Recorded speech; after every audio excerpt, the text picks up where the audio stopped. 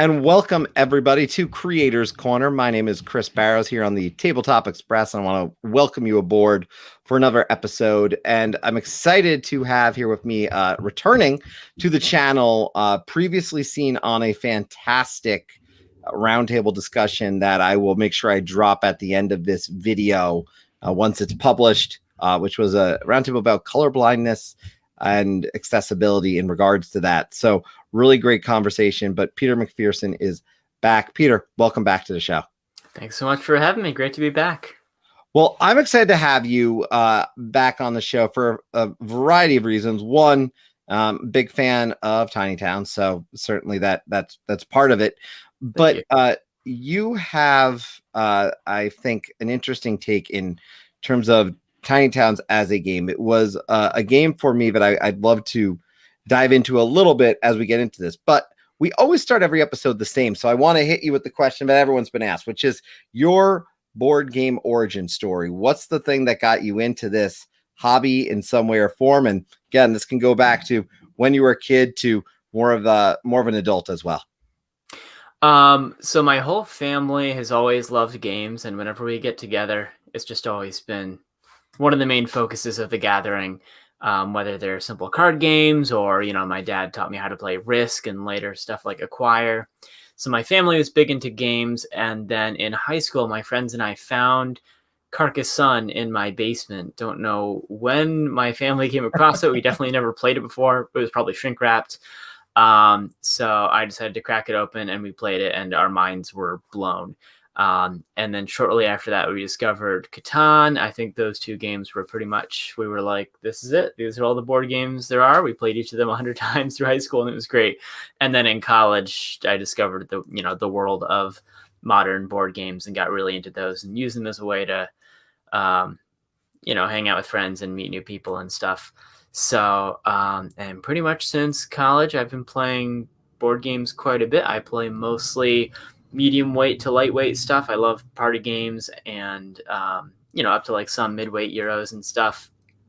And then it was a few years ago when I really started taking design seriously. I had a couple of designs I made in college that were not great. The prototypes are still tucked in some closet somewhere probably.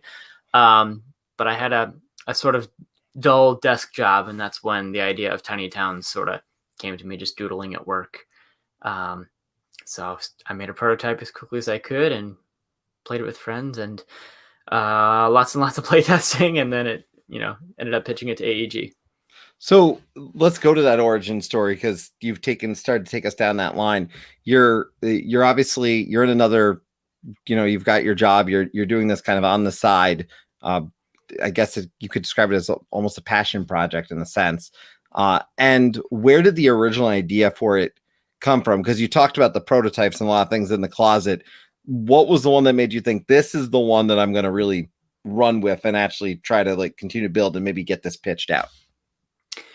So I think the initial idea came from somewhere between the app 2048 and Minecraft. So I loved the pattern building of Minecraft, the way just different patterns of resources represented a whole ton of potential items you can craft.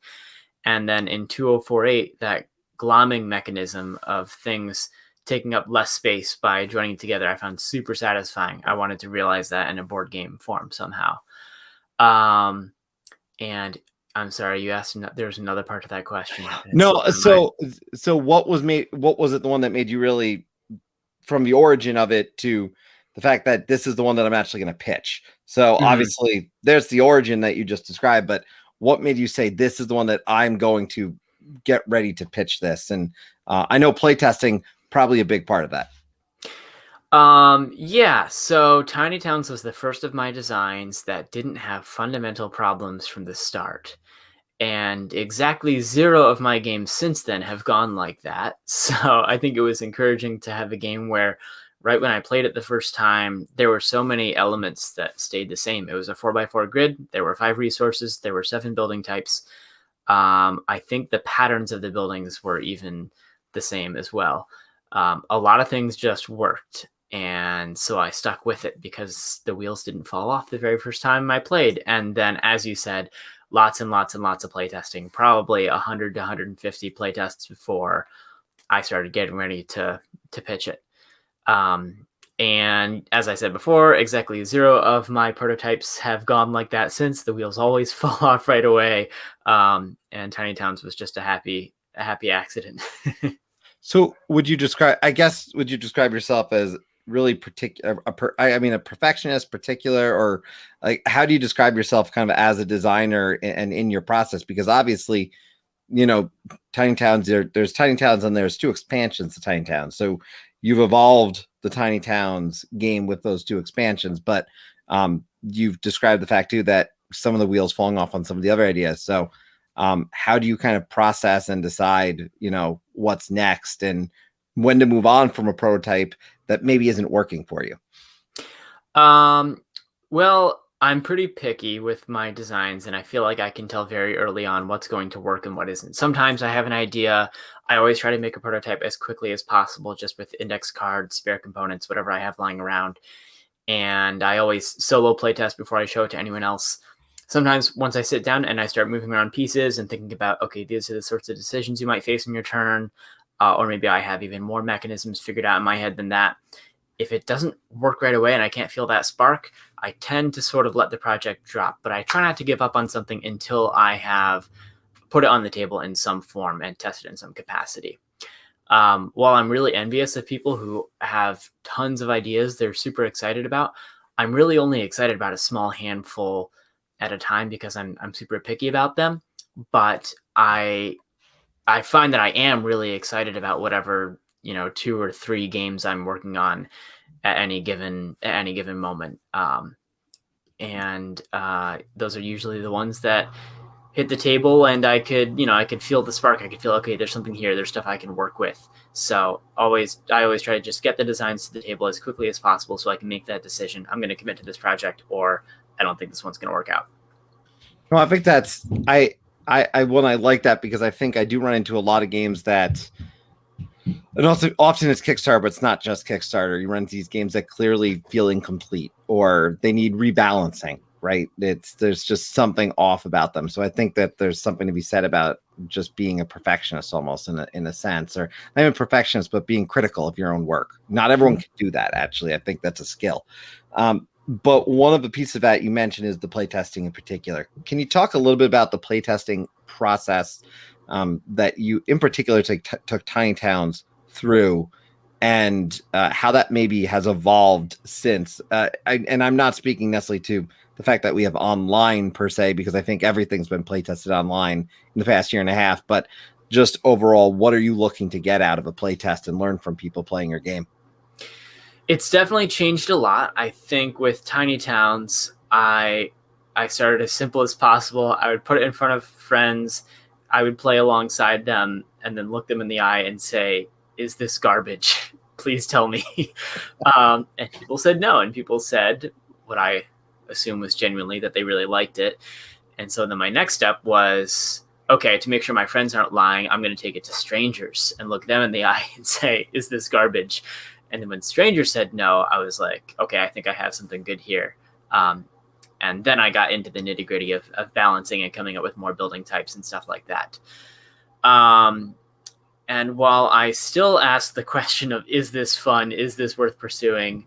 When I play test with folks, I think I look for more. I'm trying to think of how to put it. I ask different questions in addition to that. Like you said, I feel like I can tell when something is good or not, more or less, from solo playtesting. I can figure out whether there's a puzzle there and stuff to work with.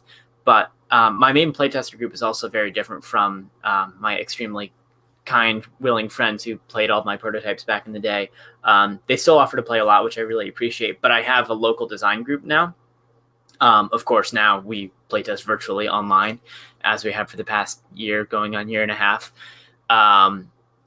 But so because everyone is a designer with a good amount of experience, it's different. They sort of, I don't need to ask questions. They just all start talking about what feedback they have, and I try to write down just about every opinion or note they have.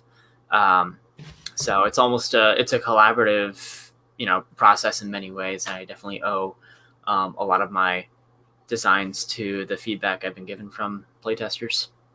Now, is it different when you think about designing an expansion in terms of what's going through your brain when you're deciding to design, the core game itself? Because for me, expansions fall in a few categories.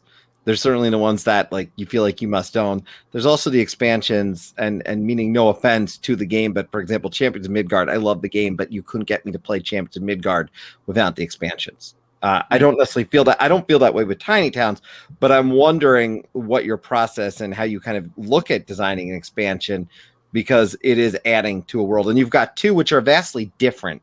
I would argue in terms of what they add to the game, and they would please I'd say different people. And I have one of those. I do have the Villagers expansion, so I have not played the Fortunes one, but I've played Villagers. Yeah, so to me, there's two different types of expansions. This is generalizing, but when I think about expansions for my games, I think about two potential types, and that is the ones that add more of the same, just more variety, more content, not a whole lot more rules. And then there are the ones that shake up the way the way you play the game fundamentally. Um, like Cities and Knights of Catan is like you're rethinking the game. It's the same, but it's so different. It's a totally different puzzle and scenario. Um, and I definitely appreciate both expansions as a player and as a designer. Um, it depends. So Fortune was a think of this game differently type expansion. I put a twist on it with, or I should say, Josh Wood and I, my co-designer of the expansion, put a twist on it by encouraging people to build two buildings at once. Not a thing you would ever really do in the base game.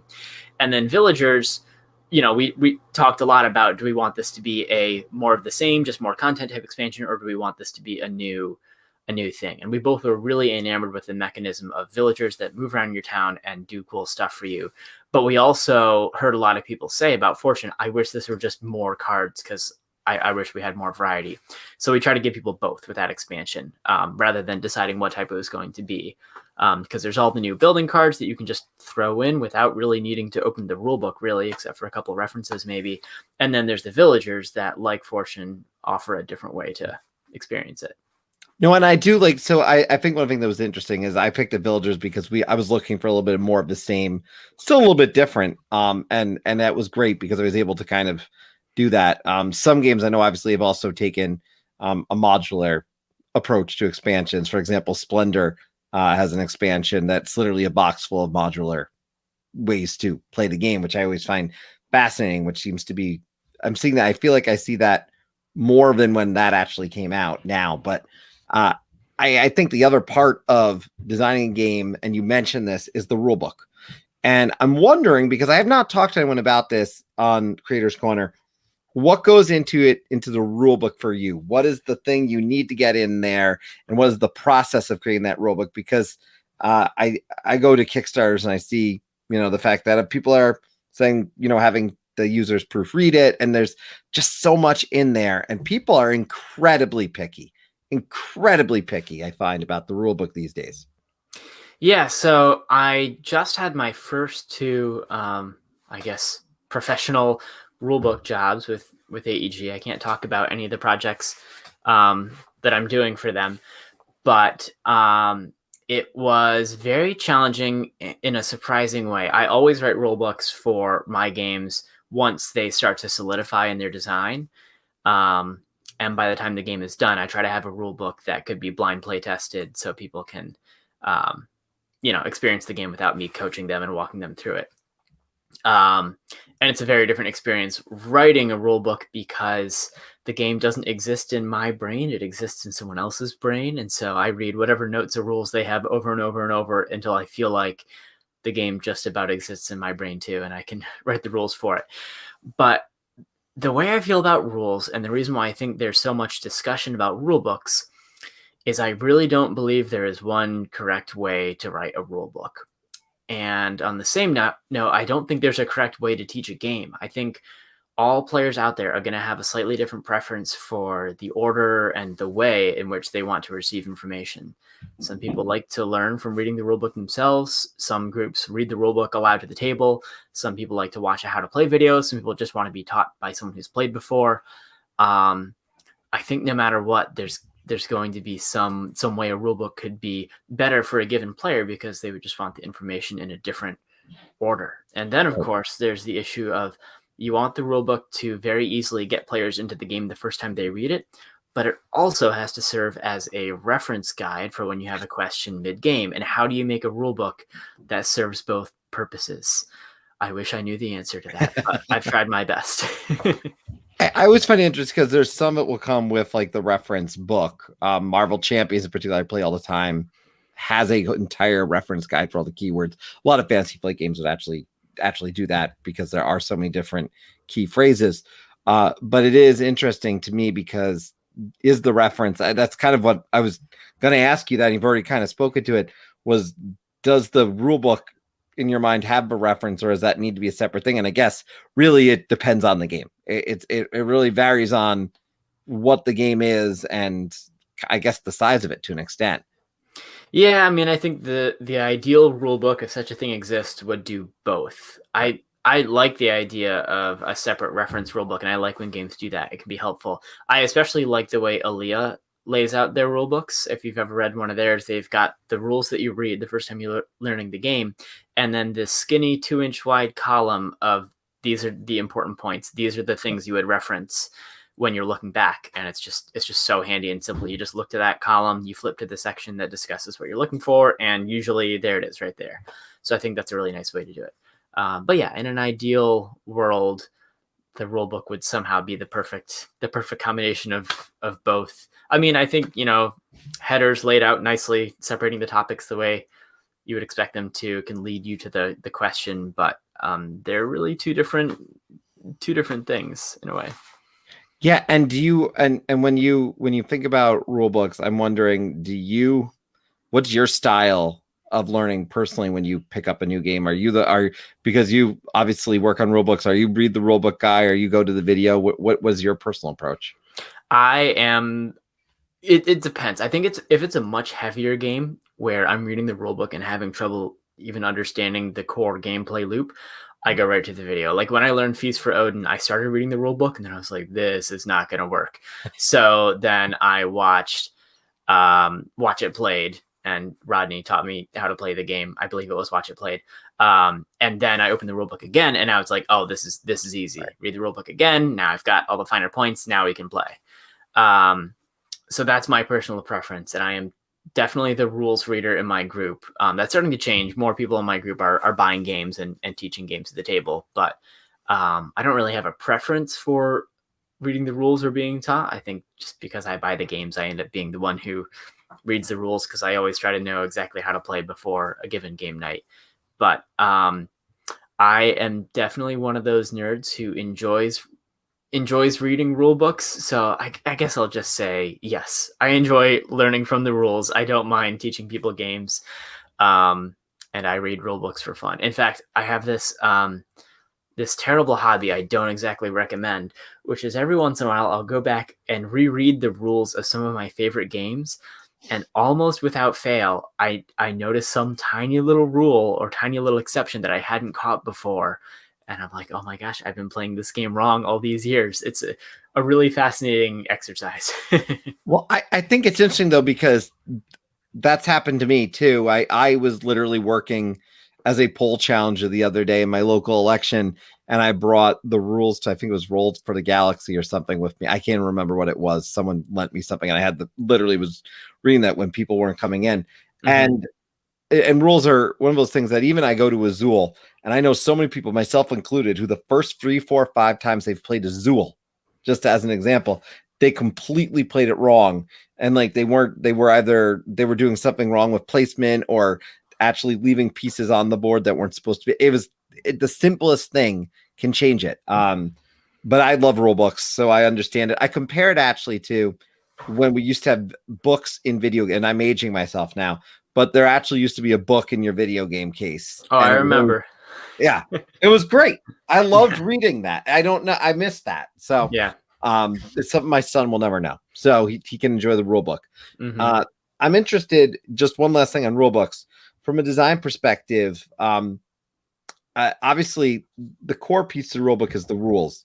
But do you think it's definitely something people appreciate when they're able to put that thematic look to it? I speak, for example, one of the games in particular that I really love is Hit Z Road, and the book looks like it was. I mean, it's just so thematic in the way it looks. Like it feels like the theme of the game, and I just always appreciate that, as long as it's not interfering with my ability to read the rules. Like Mhm. it can't overpower my ability to understand what the hell is going on. Yeah, no, I think that's definitely a lot of fun. Again, I can't talk about the exact projects yet, but the first rulebook I worked on for AEG does that in a really cool way. So, thematic rulebooks, I mean, it gets you into the spirit of the game. The funny thing is that most likely only one person in your group is going to read the rulebook cover to cover, Sure. but it still gets you pumped up for the game. And it's just a fun style. So, I appreciate that a lot. And then I have to ask this. What's the biggest challenge between working on a rule book that's not yours versus working on your, because there's a big difference there. Um, Besides the game not existing in my brain, as I mentioned before, my like lack of experience with the game, I haven't played it as many times as the designer has. Um, I can't write with the same confidence. I have to ask the designers questions because sometimes I need clarification on a specific edge case. I can guess as to how it might go, but I've got to make sure I have it exactly right as I go along. I can't just like power through. So it's a team effort between me and the developer and the designers to get it exactly right and create the best learning experience. No, one thing you've done, obviously based on your conversation, you've built a relationship in that sense with AEG. And can you talk a little bit about just what it's been like for you and the advice you might give to people who want to, get in the industry, design games, build these relationships with these companies, and in particular, I think as part of that, one of the things I'd love to hear is for those young designers or those people young in the industry, because I think designers can come from all ages, but developing that not just the game, but then the pitch to bring it to these places. Mm-hmm. So as far as getting into this industry, it is a very welcoming industry on the whole. And there's so many organizations designed to just bring people in and welcome them and give them the tools they need to succeed. Unpub is fantastic as a convention, both in person and online. For those unfamiliar, it's a playtesting convention. The in-person Unpubs, which I miss so dearly, uh, people often compare to board game camp. It really feels like board game design camp. The very first Unpub I went to, I knew nobody, and I left with a handful of friends who I'm still friends with. So it's a really wonderful time, great organization. The Tabletop Mentorship Program is also fantastic. I've been a mentor for that a couple of times, and they take on mentees of all levels, and on the same side, they take on mentors of all experience levels as well, and they do a really great job of pairing up people for the best possible relationship. So that's just a great way to find a mentor in the industry who is really there to help with whatever your specific problems and questions are. As far as getting ready to pitch to publishers, I think knowing the soul of your game is the most important part. Knowing what your game, what it really wants to be, why it's unique, why it's going to stand out, both in the market and like on the table as people are walking past.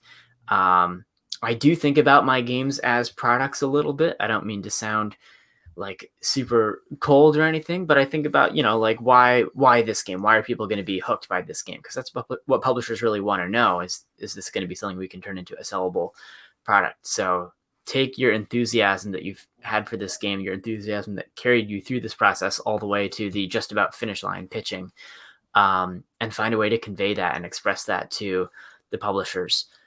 Pitching is scary, but at the same time, publishers are also gamers, and if you pitch it well, they're just going to be excited to play your game, and pretty soon they're not asking you, scary questions. They're just enjoying the game with you and having fun. So, pitching is one of my favorite parts of the process. I don't have a tremendous amount of experience with it, but when you know what your game is and you're excited about it, it's just a lot of fun.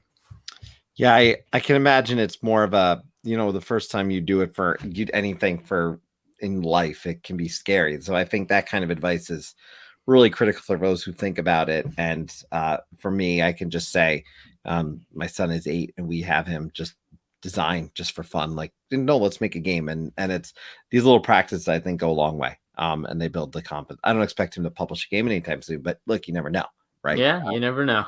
You never know. Is that, I first want to, of course, just say, thank you again for your time tonight. Of course. I'm going to encourage everyone right now to also go back. I will be adding this. It'll give it 24 hours if you're watching this live, or we're watching this live and you're jumping back in within that 24-hour time span.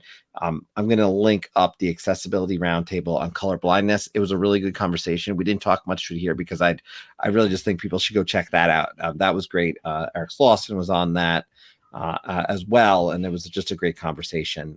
Brian Chandler as well, who you've seen on the channel, folks. For you, Peter, anything else you'd want to say, be it advice, or anything else you want to add tonight before we close it out? And I express one last bit of gratitude for you joining me this evening. Yeah, I would just say that designing games is easier than it seems. It's not that intimidating of a process.